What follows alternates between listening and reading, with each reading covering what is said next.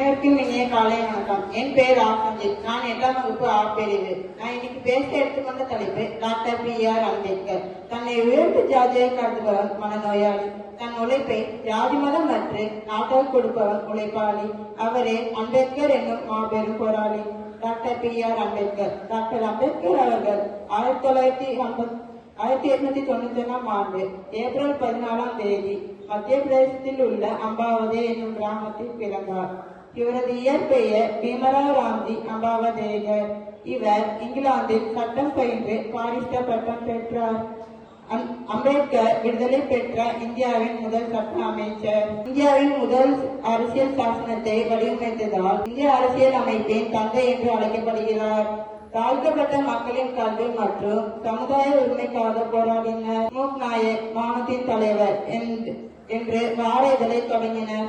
அதில் சமூக அநீதிகளை கண்டித்து பேசினர். சட்டத்தின் முன் அனைவரும் சமம் என்பதை வலியுறுத்தினர். 1956ஆம் ஆண்டு புத்த மதத்தை தழுவினர். அதே ஆண்டு டிசம்பர் 6ஆம் தேதி உயிர் நீத்தார். நன்றி. Kongunadu matric higher secondary school, Nallipalayam, Namakkal.